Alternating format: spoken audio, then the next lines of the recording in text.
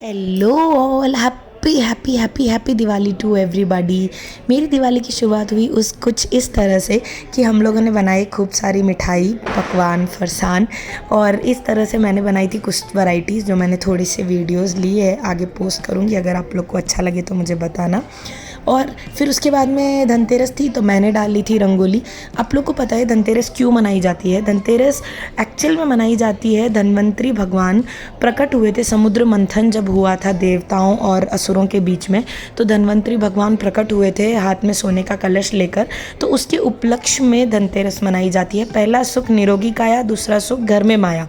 ये इसीलिए बताई गई है क्योंकि धन्वंतरी भगवान एक्चुअली आयुर्वेद के भगवान हैं, जो आपको बहुत अच्छी काया देते हैं। अगर आपका शरीर स्वस्थ रहेगा तभी आप धन का कुछ उपयोग ले पाओगे और मज़े उठा पाओगे। तो इसीलिए आयुर्वेदिक वाले जो लोग होते हैं वो भी अपनी तबीयत के लिए, उसके लिए हवन भी करवाते हैं धन्वंतरी भगवान का। तो उसमें भी धन्वंतरी भगवान को माना जाता है, जो कि अभी तक काफ़ी लोगों को नहीं पता। मुझे भी नहीं पता था, मुझे भी अभी अभी पता चला।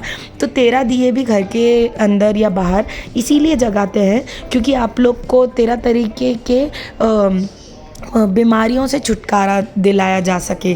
तो इसलिए धनतेरस को कहते हैं 13 दिए जगाने चाहिए। धनतेरस के दिन बहुत ऑस्पिशियस मुहूर्त होता है, मतलब एक झाड़ू खरीदने का भी मुहूर्त होता है। इसीलिए क्योंकि वो धन्वंतरी भगवान का प्रकट का टाइम होता है।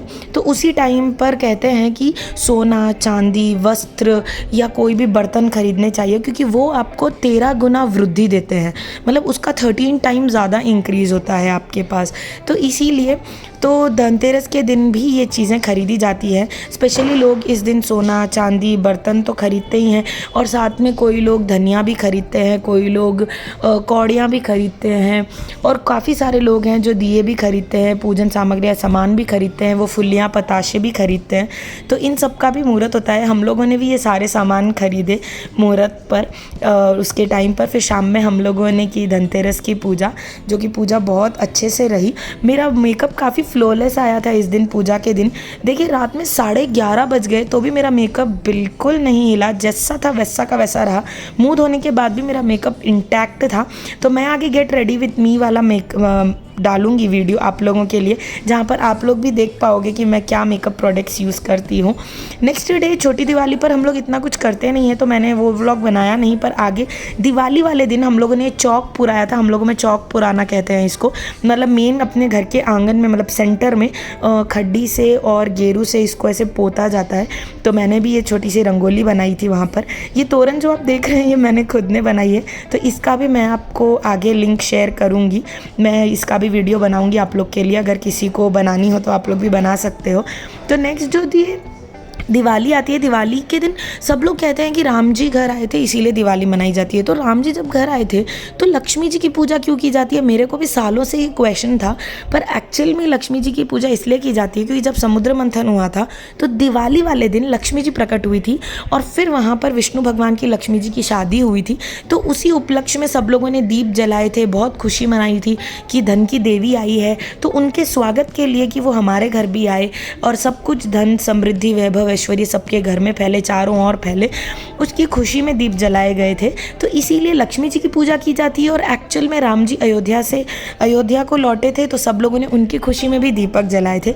यहाँ पर जब हम लोग कृष्ण जी के टाइम में देखते हैं तो वहाँ पर उन्होंने नरकासुर का वध किया था, तो उसके लोगों ने खुशी में भी दीप जलाए थे। तो मतलब बहुत सारी पौराणिक कथाएं हैं इस पर, अभी तक एकदम डिस्क्लोज नहीं हुआ कि एक्चुअली दिवाली क्यों मनाए, पर ये सारी एक एक स्टोरीज़ है इसके पीछे।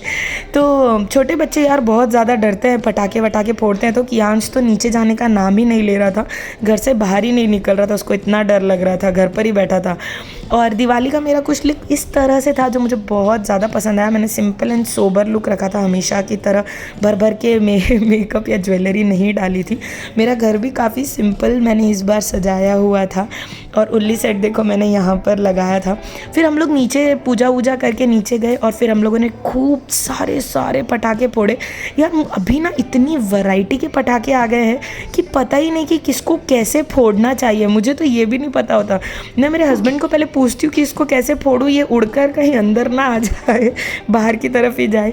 तो परंपरा की ओर से हम लोगों ने ना 10,000 की लड़ फोड़ी सबसे पहले हमेशा की तरह, और फिर पटाखे फोड़ना स्टार्ट किए, जो कि 4 घंटे तक फोड़ते रहे। काफ़ी सारे पटाखे फोड़े, बहुत मज़ा आया था। हमेशा दिवाली पर मेरे भाई मिलने आते हैं मुझसे हैप्पी दिवाली विश करने के लिए। तो इस बार भी मेरा भाई आया था लड्डू मिलने के लिए, कि आंच देखकर बहुत खुश हुआ। और वो इतना ज़्यादा डर रहा था पटाखों से, और उसको भी देखकर इतना खुश था कि उसके पास ही था, मेरे पास तो आ भी नहीं रहा था वो। तो इतना दिवाली का ऐसा हो गया था हम लोगों के यहाँ पर कि पटाखे से इतना डर रहा था, ये मुश्किल से इसको चुप बिठाया और खुश किया। तो दिवाली हम लोग की तो कुछ इस तरह से रही। तो जब ये आ गया था तो मैंने इसका पूरा फ़ायदा भी उठाया। मैंने बोला फ़ोटोज़ खींच के जाओ हम लोगों के अब। तो लड्डू ने काफ़ी सारे फ़ोटोज़ लिए, हम लोग के फ़ोटोज़ वीडियोज़, जो कि बहुत प्यारे आए। तो दिवाली हम लोगों ने कुछ इस तरह से मनाई। हमारी दिवाली बहुत अच्छी रही। आशा और उम्मीद करती हूँ कि आप लोग की भी हर दिवाली इसी तरह से बहुत खुशी से रहे, आप लोग भी सब खूब इंजॉय करो। नेक्स्ट डे गोवर्धन पूजा बोलते हैं, जो कि इस बार सोमवती अमावस आने के कारण उसके नेक्स्ट डे हो गई थी। तो मैं गई थी इस बार मेरे मम्मी के घर पे। यूजुअली मैं मेरे ससुराल में ही मनाती हूँ, तो इस बार पहली बार मैं गई थी अपने मम्मी के घर पर गोवर्धन जी की पूजा करने के लिए। गोवर्धन जी की पूजा एक्चुअल में इसलिए की जाती है क्योंकि जब पहले के ज़माने में, जब मतलब ठाकुर जी का अवतार का टाइम था, जब क्या हुआ था कि वहाँ पर इंद्र भगवान की पूजा की जाती थी वृज में। तो ना ठाकुर जी ने बोला कि क्या वृज, क्यों इंद्र की पूजा करते हो, इंद्र तो बहुत घमंडी देवता है, उसकी क्यों करते हो। तो उनकी मैया यशोदा ने बोला कि ये हमको वर्षा करते हैं, जब भी गायों को चारा मिलता है, जब भी सब कुछ होता है, बिना वर्षा के क्या होता है। तो बोले वर्षा करने से क्या होता है, वो तो हमको दिखते भी नहीं है, कभी हमारे काम भी नहीं आते हैं। और हमको देखो गोवर्धन जी कितना गायों चरती है तो वहीं से खाती है, हमको भी भोजन वहीं से प्राप्त होता है, तो हमको तो गोवर्धन जी की पूजा करनी चाहिए।